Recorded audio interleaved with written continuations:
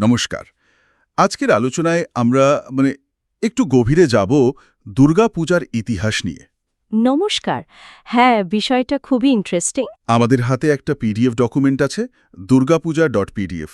ওখানকার কিছু তথ্যের ভিত্তিতেই আজকের আলোচনাটা এগোবে। আমরা চেষ্টা করব এর উৎস আর কিভাবে সময়ের সাথে সাথে এটা আজকের এই চেহারায় এলো সেটা বুঝতে। ঠিক।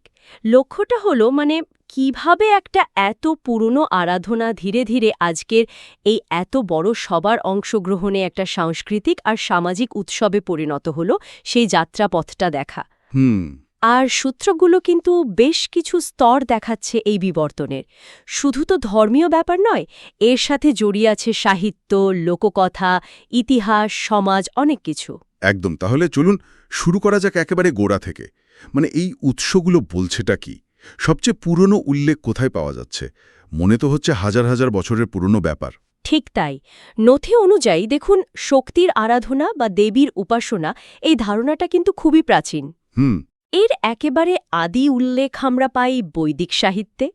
যেমন ধরুন, ঋগ্বেদের দশম মণ্ডলে দেবী সূক্ত আছে। ও, দেবী সূক্ত। হ্যাঁ, হ্যাঁ। যেখানে বাঘ দেবী নিজেই তার ক্ষমতা, তার সর্বব্যাপকতার কথা বলছেন। এটাকে পরবর্তীকালের শক্তি উপাসনার একটা ভিত বলা যেতে পারে। আচ্ছা। আবার দেখুন, কেন উপনিষদে উমা হৈমবতীর গল্প আছে, যিনি দেবতাদের জ্ঞান দিয়েছিলেন।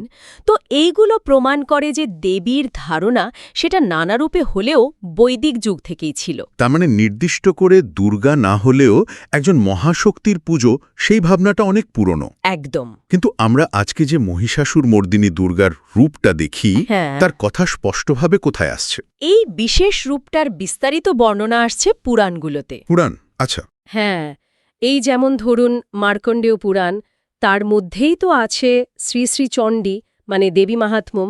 ওখানে দেবীর এই মহিষাসুর মর্দিনী রূপ, কিভাবে তার সৃষ্টি হলো দেবতাদের তেজ থেকে, কিভাবে তিনি মহিষাসুরকে বধ করলেন, এই সব গল্প খুব পরিষ্কারভাবে আছে। আর এটাই তো দুর্গাপূজার মূল পৌরাণিক ভিত্তিটা তৈরি করেছে। আচ্ছা, বোঝা গেল। তাহলে বৈদিক যুগের আইডিয়াটা পুরাণ যুগে এসে একটা নির্দিষ্ট আকার পেল মহিষাসুর মর্দিনী রূপে। এরপরেই তো আসছে রামায়ণ, মহাভারত। মহাকাব্যে কি এর কোনো উল্লেখ আছে? কারণ রামায়ণের অকালবোধনের গল্পটা তো খুব জড়িয়ে আছে এর সাথে। হ্যাঁ, মহাকাব্যগুলোতেও উল্লেখ আছে। মহাভারতে যেমন কুরুক্ষেত্র যুদ্ধের ঠিক আগে অর্জুন দেবীর স্তব করেছিলেন শ্রীকৃষ্ণের পরামর্শে, জয়লাভের জন্য।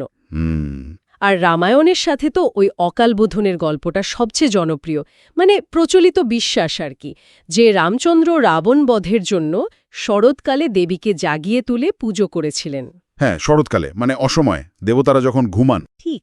বসন্তকাল হল দেবীর পুজোর আসল সময়, বাসন্তী পূজা। তাই এই অসময়ের পুজোটা হল অকালবোধন। কিন্তু এই অকালবোধন নিয়েই তো একটু ইন্টারেস্টিং তথ্য আছে, তাই না? মূল বাল্মীকি রামায়ণে নাকি এর উল্লেখ নেই। একদম ঠিক।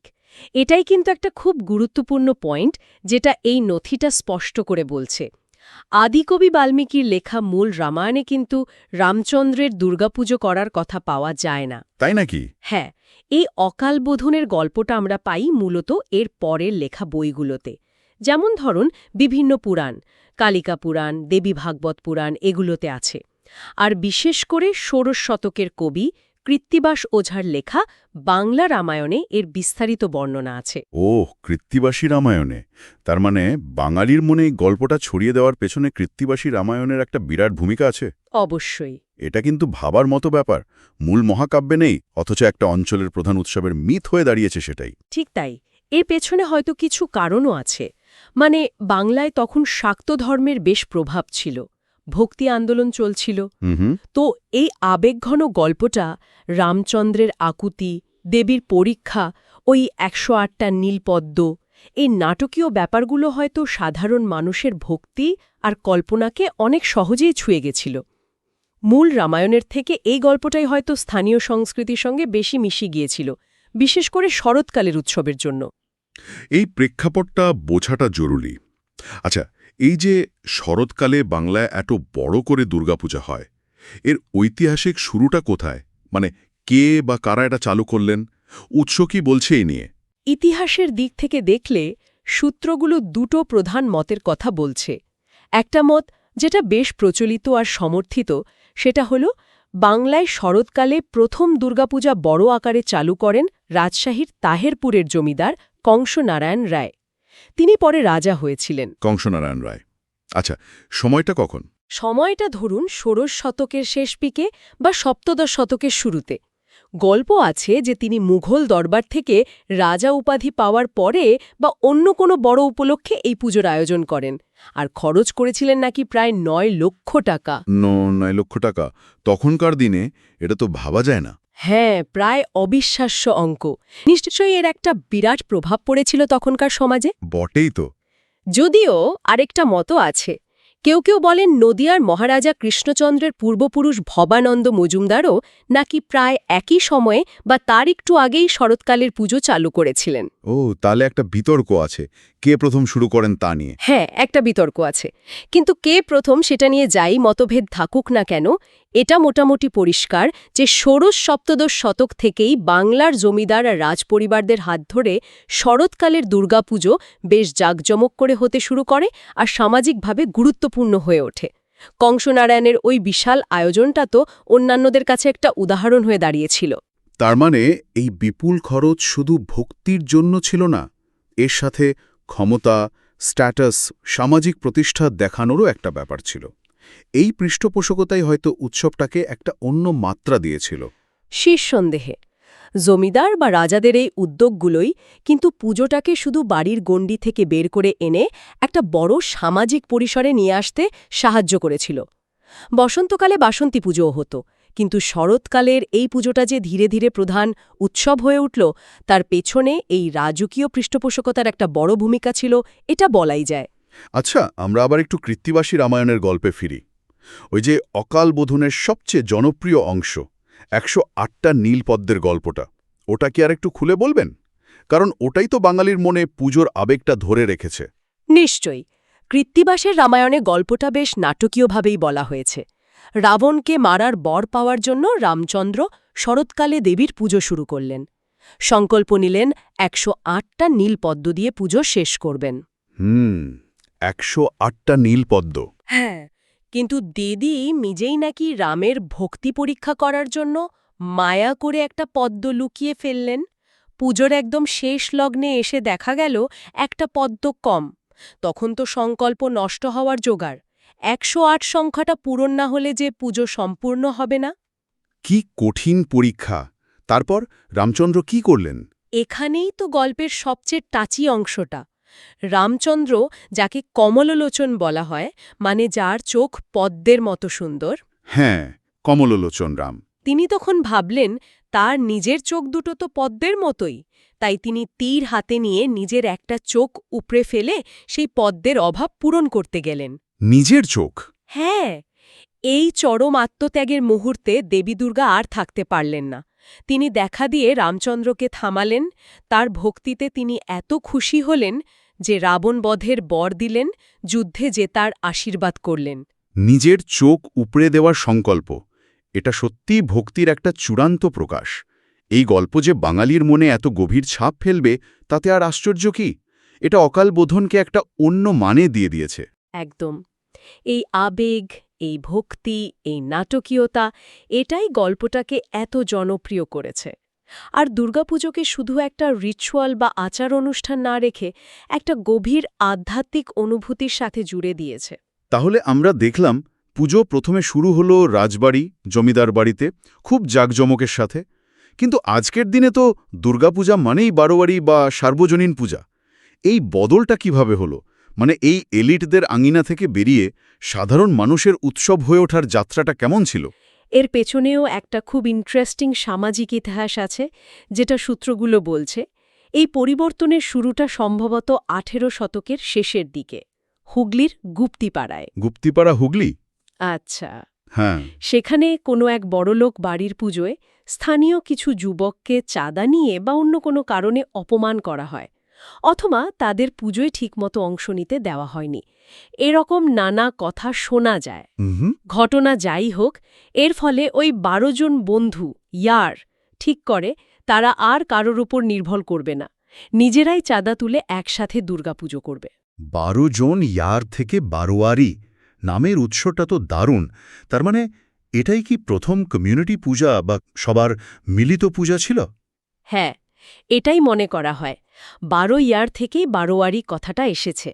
আর গুপ্তিপাড়ার এই ঘটনাই ছিল বাংলায় প্রথম অর্গানাইজড বারোয়ারি বা পাবলিক পূজার শুরু। এর আগে পুজো ছিল মূলত ব্যক্তিগত বা পারিবারিক। এই ঘটনাটা একটা নতুন ট্রেন্ড চালু করল, যেখানে উৎসবের মালিকানা বা আয়োজনটা কোনো একজন ধনী ব্যক্তি বা পরিবারের হাতে না থেকে একটা কমিউনিটি বা পাড়ার হাতে চলে এলো। এটাকে বলা যেতে পারে উৎসবের ডেমোক্রেটাইজেশন বা গণতান্ত্রিকরণের প্রথম ধাপ। তার মানে এই 12 জন বন্ধুর উদ্যোগটা শুধু একটা আলাদা পুজো তৈরি করল না, এটা আসলে উৎসবের চরিত্রটাই পাল্টে দেওয়ার একটা প্রতীকী শুরু ছিল। ঠিক। এই আইডিয়াটাই তো পরে আস্তে আস্তে শহর গ্রামে ছড়িয়ে পড়ল। একদম। গুপ্তিপাড়ার এই মডেলটা খুব তাড়াতাড়ি জনপ্রিয় হয়ে ওঠে। অন্য জায়গাতেও বারোয়ারি পূজা শুরু হতে থাকে। 19 শতকে বিশেষ করে কলকাতায় এই বারোয়ারি পূজা আরও বড় আর আরও গোছানো চেহারা নেয়। আর ধীরে ধীরে এটাই সার্বজনীন দুর্গোৎসবে পরিণত হয়। সার্বজনীন মানে সবার জন্য। হ্যাঁ, সার্বজনীন কথাটার মধ্যেই তো এর আসল স্পিরিটটা আছে, যা সবার জন্য, যেখানে জাত, ধর্ম, বর্ণ, পয়সাকড়ি নির্বিশেষে সবার অংশ নেওয়ার, আনন্দ করার অধিকার আছে। বাড়ির পুজোর ঐতিহ্য, তার আচার-বিচার হয়তো আজও আছে অনেক জায়গায়, কিন্তু উৎসবের যে মূল স্রোতটা, মানে সামাজিক মেলামেশা, প্যান্ডেল হপিং, সাংস্কৃতিক অনুষ্ঠান, এই সব কিছুই এখন সার্বজনীন পুজোকে ঘিরেই হয়। এই বিবর্তনটা সত্যি অসাধারণ। পুজোর প্যান্ডেলগুলো এখন তো শুধু পুজোর জায়গা নয়, এগুলো এক একটা temporary art gallery, cultural hub, আর সবচেয়ে বড় কথা, মানুষের দেখা করার, একসাথে হওয়ার জায়গা। একদম। তাহলে এই উৎসবগুলো থেকে আমরা দুর্গাপূজার ইতিহাসের একটা বেশ লম্বা আর অনেকগুলো স্তরওয়ালা পথ দেখতে পাচ্ছি। হ্যাঁ, যখন খুব সংক্ষেপে পুরো জার্নিটা দেখি, শুরুটা বৈদিক সাহিত্যে শক্তির একটা আবছা ধারণা দিয়ে, তারপর পুরাণ যুগে মহিষাসুরমর্দিনী রূপে তার একটা স্পষ্ট চেহারা পাওয়া, এরপর রামায়ণ মহাভারতের মতো মহাকাব্যের সাথে এর যোগ, বিশেষ করে ওই অকালবোধনের জনপ্রিয় গল্পের মাধ্যমে।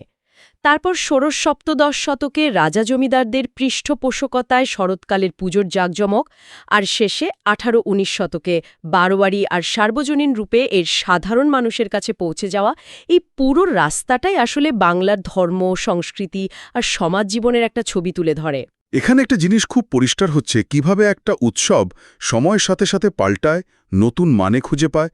ধর্মীয় আচারের সাথে লোককথা, স্থানীয় সংস্কৃতি, সমাজের চাহিদা, এমনকি অর্থনীতি বা রাজনীতিও মিশে গিয়ে তার চরিত্রটা তৈরি করে। যেমন ধরুন অকালবোধনের গল্প, যেটা হয়তো মূল রামায়ণে ছিলই না, সেটাই বাঙালির কাছে প্রধান হয়ে উঠল। ঠিক। আবার দেখুন, রাজা জমিদারদের পূজা থেকে সাধারণ মানুষের চাঁদার পূজা, এই পরিবর্তনটা শুধু উৎসবের নয়, এটা হয়তো বাংলার ক্ষমতার কেন্দ্র বদলেরও একটা ইঙ্গিত দেয়, তাই না? খুবই গুরুত্বপূর্ণ একটা পয়েন্ট তুলেছেন। উৎসব তো আসলে সমাজেরই আয়না। দুর্গাপূজার এই বিবর্তনটা আমাদের এটাই দেখায় যে কিভাবে ধর্মীয় বিশ্বাস, সামাজিক গঠন আর মানুষের উদ্যোগ একে অপরের উপর প্রভাব ফেলে। কৃত্তিবাসের মতো কবিরা যেমন ধর্মীয় গল্পকে স্থানীয় আবেগ দিয়ে নতুন রূপ দিয়েছেন, তেমনি গুপ্তিপাড়ার ওই 12 জন বন্ধু সামাজিক বাধা ভেঙে নতুন প্রথা তৈরি করেছেন। এই সব কিছু মিলে দুর্গাপূজাকে শুধু একটা বছরের পর বছর ধরে চলা পুজো নয়, বাঙালির কালচারাল আইডেন্টিটির একটা জরুরি অংশ করে তুলেছে। সত্যি, একটা উৎসবের ইতিহাস মানে যেন একটা পুরো কমিউনিটির পথ চলার ইতিহাস। আজকের এই আলোচনা থেকে আমরা দুর্গাপূজার বিবর্তনের অনেকগুলো ধাপ আর তার পেছনের কারণগুলো বোঝার চেষ্টা করলাম। বৈদিক দেবী থেকে পৌরাণিক মহিষাসুরমর্দিনী, রামায়ণের অকালবোধন থেকে কংসানারায়ণের রাজকীয়তা, আর গুপ্তিপাড়ার 12 বন্ধুর প্রতিবাদ থেকে আজকের এই সার্বজনীন রূপ, এই লম্বা যাত্রাটা সত্যি খুব রোমাঞ্চকর। হ্যাঁ, এই যাত্রাপথটা দেখায় কিভাবে একটা প্রাচীন ধর্মীয় আচার নানা রকম বদল, সংযোজন, বিয়োজনের মধ্যে দিয়ে আজকের এই রঙিন বহুস্তরের উৎসবে পরিণত হয়েছে। এর মধ্যে শাস্ত্র আছে, লোককথা আছে, ইতিহাস আছে, সমাজনীতি আছে, আর অবশ্যই আছে মানুষের ক্রিয়েটিভিটি আর একসাথে হওয়ার ইচ্ছে। আলোচনা তো প্রায় শেষের দিকে। শ্রোতাদের জন্য একটা প্রশ্ন বা ভাবনার জায়গা রেখে যেতে চাই।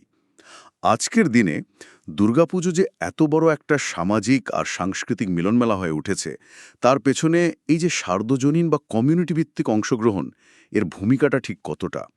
প্রাচীন ধর্মীয় আচারের ঐতিহ্য তো আছেই, কিন্তু উৎসবের এই যে আধুনিক, সবাইকে নিয়ে চলার চরিত্র, এর গুরুত্ব কি সময়ের সাথে সাথে আরও বাড়ছে?